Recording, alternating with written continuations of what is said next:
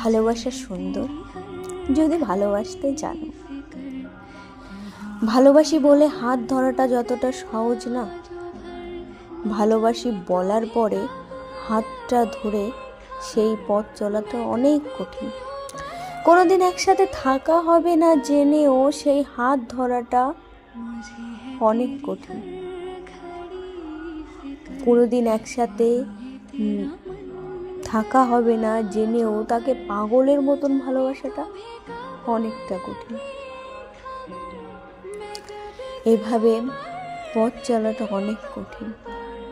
ভালোবাসি বলার পরে যত বাধা আসুক না কেন, একসাথে পার করাটা তার থেকেও বেশি কঠিন।